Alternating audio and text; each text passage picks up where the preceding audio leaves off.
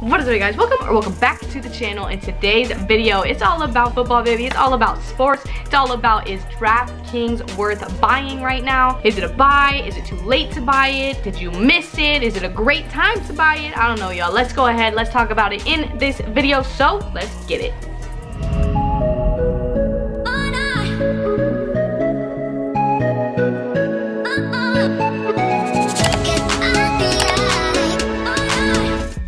First though, you already know, if you are new here, what is up? My name is Nikki, and it would mean so dang much to me if you would consider subscribing by hitting the NB in the bottom corner, or the red subscribe button down underneath the video below. Join the crew, join the journey. On this channel, I post 2 times a week, all about money, stocks, investing, finance, just making money and having a good ass time. So if you are into that, or if you just like hanging out with me half as much as I truly love hanging out with every single one of you, please consider subscribing. All right, y'all, so football is back, baby. It is September 14th, the day I'm recording this. Football started on my birthday, September 10th. What a great present. And also today, DraftKings popped the hell off. It jumped like 17% from like $40 to $48, something nuts like that, something nutty. So that made me think, you know what, I'm gonna just throw my jersey on, get ready for the game tonight, and make a little video chit chat to you about DraftKings. So DraftKings is like an online fantasy / gambling kind of platform for sports. It's kind of been the talk of the town, especially now that football is back, and there's a lot of hype around DraftKings. So I kind of wanted to go over my personal opinion on, is it worth buying? Should you buy into it? Did you miss it? Is it too high right now to enter? All that kind of good stuff. Let's go ahead and just get straight into the damn video with my personal opinions. Remember, that's all it is. We're just talking about it, and you can always let me know down below in the comments what you think about DraftKings. I will say DraftKings seems very appealing in some ways, really for 2 big reasons. One, because Michael Jordan's on the board of directors. That was a catalyst to kind of shoot the stock up. It has then since, I think they announced that in April, it then since kind of trickled back down, but the big catalyst today was the ESPN deal. So what that is going to do is allow DraftKings to be the exclusive provider for fantasy sports and gambling platform for sports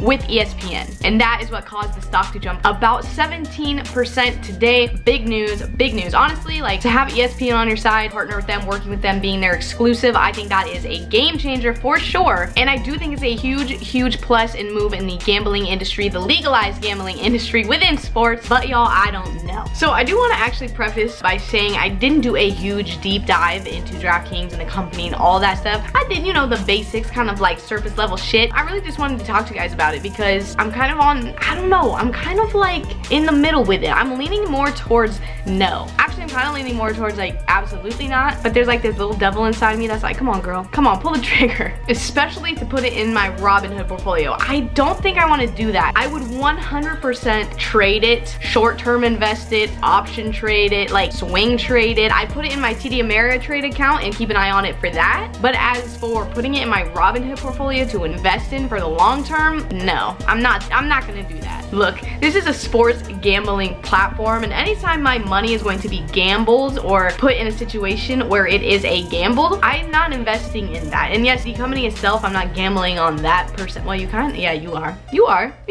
The business of the company is gambling, doesn't mean the business itself will be partaking in that. But I'm just saying, like, anytime my money is around the word gamble, I'm not too into it. But like with Vegas and casinos and gambling, there could be huge upside, huge rewards in that. I don't know. You know, people really might want to take a risk, use DraftKings, use the platform for their sports gambling, for all that kind of stuff. The business model is not appealing to me. I don't want to gamble my money. Why would I invest in a gamble? Like, I would do a short-term kind of trade with it, but I'm not investing in that. As an investor, I want data, financials, history, stability, consistency. Like, I need more to invest my money in something that's just blowing up because of some deals and some hype. I mean, it hasn't even been on the public market. It's been like a year, a little over a year, maybe like a year, no, like a year. So I don't know, it's too soon for me, personally, for me. I don't know about you, let me know. I like data, I like safety and security in my investments.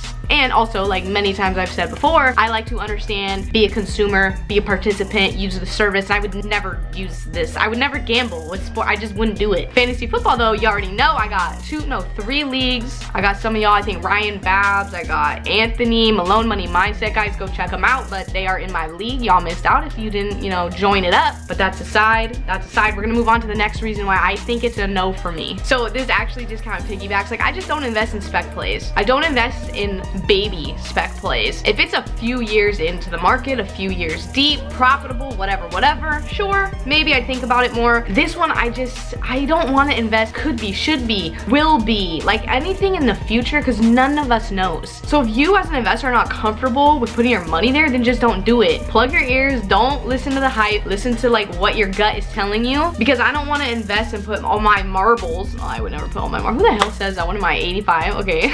I don't want to put large sums of money into a company that makes me scared or I'm not really sure of, just because so many people are doing it that it's like, oh my god, it's called FOMO, y'all. Fear of missing out, not homo, y'all. I said FOMO, and I just can't fall victim to that. I just can't do it. But like I said, as a swing trader, maybe hold a couple months. I mean, I don't know, you gotta work with you, but for me, I think maybe buying into the hype, running it through this football season could be beneficial. I think you could make some money. But once football's over, I mean, I don't know. I mean, who gambles on, like, I don't know, tennis or golf? I mean, do people do that? I don't know. I mean, you got basketball, baseball, football. Basketball, I think, is almost over. Shoot, don't come at me. I don't really follow all that. Football just started, so I'm saying ride it through the football season most likely would be your best bet. And baseball is so damn boring. I just, honestly, if you watch that, I feel sorry for you. I just don't understand it. I just don't. I mean, it's cool. Go Angels, whatever, you know, LA Angels, whatever, LA Dodgers, whatever, cool. But I just think after football season, it's gonna come down. And also, like, with Corona going on, I don't know. I thought we were all strapped. You know, we're all tight for funds here. I didn't really think that a lot of people would be wanting to gamble their money away. But I mean, hey, you do you, whatever you gotta do. I do also see the other side of that, because you can't go to the games and it's a little weird that this makes you feel way more involved. But like I said, you have got to do you, okay? Don't listen to hype. Don't worry about this, that, shoulda, coulda, woulda. I don't know. Like, you gotta really dig deep here, because this is a real big spec play that actually might work out. But I just think right now it's overhyped. I think it's gonna come down, but it's probably sustainable over the long term, but just not something that I want to get into, at least right now, for the long term. I don't even know if that made any damn sense. That might have confused y'all, confused me, but basically I would maybe run it through the football season, take my profit or whatever, and kind of see how some other seasons go, run it through some other things, maybe join back in next football season. But yeah, I just don't really see, I don't know.